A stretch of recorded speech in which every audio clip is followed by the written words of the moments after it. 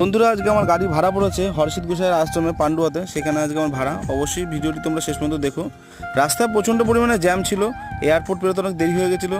আর ডানকুনি পেরিয়ে আমরা একটু টিফিন করে নিয়েছিলাম, সেখানেই আমরা সবাই একটু রেস্ট নিচ্ছিলাম। যখন আমরা পান্ডুয়াতে পৌঁছলাম দেখে তো আমার মাথাই নষ্ট, এত পরিমাণে হিউজ পরিমাণে ভক্ত সমাগম হয়েছিল, আমি জাস্ট কল্পনাই করতে পারিনি।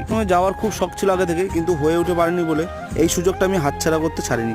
দেরি না করে যেই দল নিয়ে আমি এসেছিলাম গাড়ি ভাড়ায়, সেই দলের সঙ্গেই আমরা বেরিয়ে পড়লাম হর্ষিত ঘোষের আশ্রমের দিকে। এত পরিমাণে ভক্ত সমাগম হয়েছিল, এই গ্রামের ফাঁকা রাস্তাগুলো মনে হচ্ছিল যে প্রচণ্ড পরিমাণে ভিড়ে জমজমাট হয়ে গিয়েছিল।